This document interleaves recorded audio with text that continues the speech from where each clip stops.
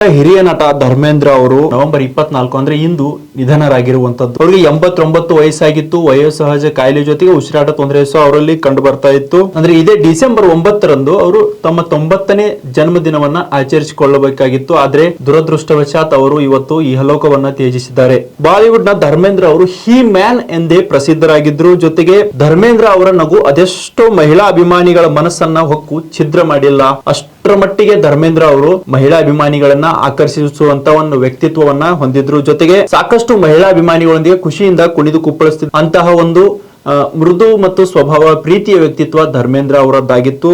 ಸಮಾಜದ ವಿಚಾರಗಳಲ್ಲಿ ಸಹ ಅವರು ತಮ್ಮ ಧ್ವನಿಯನ್ನ ಎತ್ತಾ ಬರ್ತಾ ಇದ್ರು. ಇನ್ನು ಧರ್ಮೇಂದ್ರ ಅವರು ಎಲ್ಲಿ ಜನಿಸಿದ್ರು, ಅವರ ಹಿನ್ನೆಲೆ ಏನು, ಅವರು ನಡೆದು ಬಂದ ದಾರಿಯನ್ನ ನಾವು ಸೂಕ್ಷ್ಮವಾಗಿ ಅಂದ್ರೆ ಸಂಕ್ಷಿಪ್ತವಾಗಿ ಅವಲೋಕನೆ ಮಾಡಿದಾಗ ಧರ್ಮೇಂದ್ರ ಅವರು ಧರಮ್ ಸಿಂಗ್ ಡಿಯೋಲ್ ಆಗಿ ಅಂದ್ರೆ ಅವ್ರ ಪೂರ್ವದ ಹೆಸರು ಧರಮ್ ಸಿಂಗ್ ಡಿಯೋಲ್ ಆಗಿ 1935ರಲ್ಲಿ ಪಂಜಾಬ್ ನಲ್ಲಿ ಜನಿಸಿದ್ರು. ಪಂಜಾಬ್ ನ ಸಣ್ಣ ನಗರದಿಂದ ಬಂದವರು ಬಾಲಿವುಡ್ ಅನ್ನೇ ಆಳುವ ಹಂತಕ್ಕೆ ತಲುಪಿರುವ ಒಬ್ಬ ಚಲನಚಿತ್ರ ಬಾಲಿವುಡ್ ಸ್ಟಾರ್ ಅಂದ್ರೆ ಚಲನಚಿತ್ರ ನಟರಾಗಿದ್ರು. ಜೊತೆಗೆ ಅವರು ಚಿತ್ರರಂಗದ ಅತ್ಯಂತ ಪ್ರೀತಿಯ ಹೀರೋ ಆಗಿದ್ರು ಅಂದ್ರೆ ತಪ್ಪಾಗಲಾರದು. ಯಾಕಂದ್ರೆ 1950ರ ಸಂದರ್ಭದಲ್ಲಿ ಹಿಂದಿ ಚಿತ್ರರಂಗದಲ್ಲಿ ಸಾಕಷ್ಟು ಚಲನಚಿತ್ರಗಳು ತಲ್ಲಣಗಳನ್ನ ಎಬ್ಸಿದ್ವು, ತಲ್ಲಣವನ್ನ ಸೃಷ್ಟಿಸಿದ್ವು. ಅದರಲ್ಲಿ ಧರ್ಮೇಂದ್ರ ಅವರ ಚಿತ್ರಗಳು ಸಹ ಸಾಕಷ್ಟು ಇದ್ವು. 1960ರ ವೇಳೆಗೆ ಚಿತ್ರರಂಗಕ್ಕೆ ಅವರು ಬಂದ್ರು. ಚಿತ್ರರಂಗಕ್ಕೆ ಪಾದಾರ್ಪಣೆ ಮಾಡಿದ ನಂತರ ಒಂಥರ ಚಿತ್ರರಂಗದಲ್ಲಿ ಹೊಸ ಬದಲಾವಣೆಗೆ ಸಹ ಧರ್ಮೇಂದ್ರ ಅವರು ಸಾಕ್ಷಿಯಾಗಿರುವಂತದ್ದು. ಯಾಕಂದ್ರೆ 1960ರಲ್ಲಿ ದಿಲ್ ತೇರಾ ಹಂಬಿ ತೇರಾ ಅನ್ನುವ ಒಂದು ಸಿನಿಮಾದಲ್ಲಿ ಧರ್ಮೇಂದ್ರ ಅವರು ನಟಿಸಿದ್ರು. ಬಳಿಕ 1966ರಲ್ಲಿ ಫೂಲ್ ಔರ್ ಪತ್ತರ್ ಸಿನಿಮಾದಲ್ಲಿ ಧರ್ಮೇಂದ್ರ ಅವರು ಆವಾಗ ಕಾಣಿಸಿಕೊಂಡಿದ್ರು. ಜೊತೆಗೆ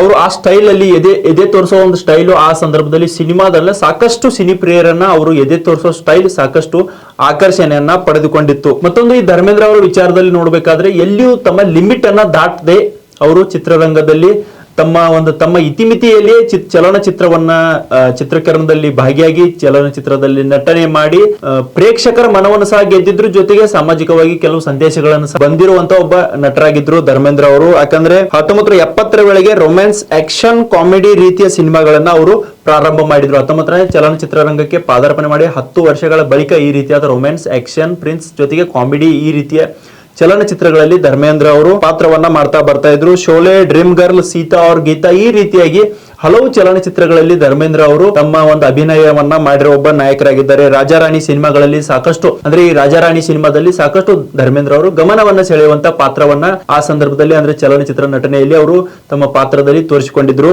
ಹೀಗೆ ಇಡೀ ಬಾಲಿವುಡ್ ನಲ್ಲಿ ಹಲವು ವರ್ಷಗಳ ಕಾಲ ಹೀರೋ ಆಗಿ ನಟಿಸಿದ ಧರ್ಮೇಂದ್ರ ನಂತರ ಹಿಂದಕ್ಕೆ ಸರಿದು ಬಿಟ್ರು. ಅಂದ್ರೆ ಚಲನಚಿತ್ರದಿಂದ ದೂರ ಉಳಿದ್ರು, ಅಂದ್ರೆ ಸಿನಿ ರಂಗದಿಂದ ದೂರ ಉಳಿದ್ರು, ಬಾಲಿವುಡ್ ದಿಂದ ಅಂತರವನ್ನ ಕಾಯ್ದುಕೊಳ್ತಾ ಬರ್ತಾ ಇದ್ರು ಧರ್ಮೇಂದ್ರ ಅವರು. ಹಾಗಂತ ಅವರು ಚಿತ್ರರಂಗದ ಜೊತೆಗಿನ ನಂಟನ್ನ ಕಳೆದುಕೊಳ್ಳಿಲ್ಲ ಧರ್ಮೇಂದ್ರ ಅವರು. ಬರೀ ಅದರ ಜೊತೆಗೆ ಸ್ವಲ್ಪ ಡಿಸ್ಟೆನ್ಸ್ ಮೇಂಟೈನ್ ಮಾಡಿದ್ರು, ಆದ್ರೆ ನಂಟನ್ನ ಕಳೆದುಕೊಳ್ಳುವಲ್ಲಿ ಯಾವತ್ತೂ ಅವರು ಹೀಗೆ ನಿಧಾನವಾಗಿ ಅಂತರವನ್ನ ಕಳೆದುಕೊಂಡ್ರು. ರಾಖಿ और ರಾಣಿ ಚಲನಚಿತ್ರದಲ್ಲೂ ಸಹ ಧರ್ಮೇಂದ್ರ ಅವರನ್ನು ನಟಿಸಿದ್ರು. ಜೊತೆಗೆ ಅವರ 2ನೇ ಪತ್ನಿಯಾಗಿ ನಟಿ ಹೇಮಾ ಮಾಲಿನಿ ಅವರು ಸಹ ಗುರುತಿಸಿಕೊಂಡ್ರು. ಅಂದ್ರೆ ಅವ್ರ ಜೊತೆ ವೈವಾಹಿಕ ಜೀವನಕ್ಕೆ ಕಾಲಿಟ್ಟಿರೋದ್ರ ಜೊತೆಗೆ ಅವರಿಗೆ ಸನ್ನಿ ಡಿಯೋಲ್, ಬಾಬಿ ಡಿಯೋಲ್, ಈಶಾ ಡಿಯೋಲ್ ಸೇರಿದಂತೆ ಹೀಗೆ 6 ಜನ ಮಕ್ಕಳು ಈ ಧರ್ಮೇಂದ್ರ ದಂಪತಿಗೆ ಇದ್ದಾರೆ ಅನ್ನೋದು ಕೌಟುಂಬಿಕ ಜೀವನದ ಜೊತೆಗೂ ಸಿನಿಮಾ ರಂಗದಲ್ಲಿ ಗುರುತಿಸಿಕೊಂಡು ಈ ರೀತಿಯಾಗಿ ಒಂದು ತಮ್ಮ ಚಲನಚಿತ್ರ ರಂಗದಲ್ಲಿ ತಮ್ಮ ಹೆಸರನ್ನ ಸಹ ಅವರು ಛಾಪ ಮೂಡಿಸಿರುವಂತದ್ದು. ಧರ್ಮೇಂದ್ರ ಅವರ ಇಷ್ಟೆಲ್ಲ ಕೊಡುಗೆಗಳನ್ನ ಚಲನಚಿತ್ರಕ್ಕೆ ಬಾಲಿವುಡ್ ಚಿತ್ರರಂಗಕ್ಕೆ ನೀಡಿರುವ ಕೊಡುಗೆಗಳನ್ನ ಗಮನಿಸಿ 2012ರಲ್ಲಿ ಭಾರತ ಸರ್ಕಾರ ಪದ್ಮಭೂಷಣ ಪ್ರಶಸ್ತಿಯನ್ನ ನೀಡಿ ಧರ್ಮೇಂದ್ರ ಅವರಿಗೆ ಒಂದು ಗೌರವವನ್ನು ನೀಡಿತು, ಒಂದು ಪುರಸ್ಕಾರವನ್ನು ನೀಡಿ ಅವರನ್ನ ಗೌರವಿಸುವ ಕೆಲಸವನ್ನ ಭಾರತ ಸರ್ಕಾರ ಮಾಡಿತ್ತು. ಇನ್ನು ಈ ಧರ್ಮೇಂದ್ರ ಅವರು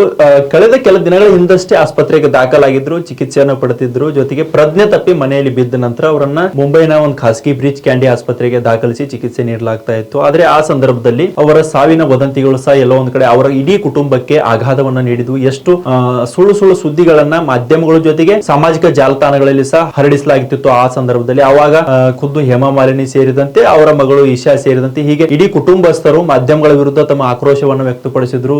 ಅಂದ್ರೆ ಜೀವಂತವಿರುವವರನ್ನ ಕೊಲ್ಲುವ ಸ್ಥಿತಿ ಯಾಕೆ ಬಂತು ಮಾಧ್ಯಮಗಳಿಗೆ ಅನ್ನೋ ಮಾತುಗಳನ್ನು ಸಹ ಆ ಸಂದರ್ಭದಲ್ಲಿ ಅವರು ಬೇಸರದ ನುಡಿಗಳನ್ನ, ಒಂದು ಕಳವಳಕಾರಿ ಮಾತುಗಳನ್ನು ಸಹ ಅವ್ರ ಕುಟುಂಬಸ್ಥರು ಆಡಿದ್ರು. ಆದ್ರೆ ಅಂತಿಮವಾಗಿ ಇವತ್ತು ಧರ್ಮೇಂದ್ರ ಅವರು ಅದೇ ಚಿಕಿತ್ಸೆ ಫಲಕಾರಿ ಆಗಲಾರದೆ ವಿಧಿವಶರಾಗಿರುವುದು ನಿಜಕ್ಕೂ ಬಾಲಿವುಡ್ ಸೇರಿದಂತೆ ಇಡೀ ಭಾರತೀಯ ಚಿತ್ರರಂಗಕ್ಕೆ ಒಂದು ತುಂಬಲಾರದ ನಷ್ಟವಾಗಿದೆ. ಎಲ್ಲೋ ಒಂದ್ ಕಡೆ ಒಂದು ಯುಗದ ಅಂತ್ಯವಾಗಿದೆ ಅನ್ನೋ ಮಾತುಗಳು ಸಹ ಸಾಕಷ್ಟು ಇದೀಗ ಚಲನಚಿತ್ರದ ಹಿರಿಯ ನಟರಾಗಿರ್ಬೋದು, ಕಲಾವಿದರಾಗಿರ್ಬೋದು ಧರ್ಮೇಂದ್ರ ಅವರ ನಿಧನಕ್ಕೆ ಒಂದು ಸಂತಾಪವನ್ನು ವ್ಯಕ್ತಪಡಿಸ್ತಾ ಇದ್ದಾರೆ. ಧರ್ಮೇಂದ್ರ ಅವರು ಬಾಲಿವುಡ್ ಅನ್ನ ಆಳಿದ ಒಬ್ಬ ಲೆಜೆಂಡ್, ಬಾಲಿವುಡ್ ನ ಒಬ್ಬ ಧೀಮಂತ ಒಬ್ಬ ನಟ. ಅನೇಕ ಚಲನಚಿತ್ರಕ್ಕೆ ಸಂಬಂಧಪಟ್ಟವರು, ಚಿತ್ರರಂಗದ ಕಲಾವಿದರು ಈ ರೀತಿಯಾಗಿ ಒಂದು ಧರ್ಮೇಂದ್ರ ಅವರ ಕುರಿತು ಒಡನಾಟಗಳನ್ನ ಹಂಚಿಕೊಳ್ತಾ ಇರೋದು ನಾವೆಲ್ಲರೂ ನೋಡ್ತಾ ಇರುವಂತದ್ದು. ಒಟ್ಟಿನಲ್ಲಿ ಧರ್ಮೇಂದ್ರ ಅವರು ಇದೀಗ ಇಹಲೋಕವನ್ನು ತ್ಯಜಿಸಿರುವುದು ಬಾಲಿವುಡ್ ಚಿತ್ರರಂಗ ಸೇರಿದಂತೆ ಇಡೀ ಭಾರತೀಯ ಚಿತ್ರರಂಗಕ್ಕೆ ದೊಡ್ಡ ಆಘಾತವನ್ನು ತಂದಿಟ್ಟಿರುವುದು ಸುಳ್ಳಲ್ಲ. ಹೆಚ್ಚಿನ ವಿಡಿಯೋಗಳಿಗೆ ಪ್ರತಿಧ್ವನಿ ಯೂಟ್ಯೂಬ್ ಚಾನೆಲ್ ಸಬ್ಸ್ಕ್ರೈಬ್ ಮಾಡಿ, ಬೆಲ್ ಐಕಾನ್ ಕ್ಲಿಕ್ ಮಾಡಿ.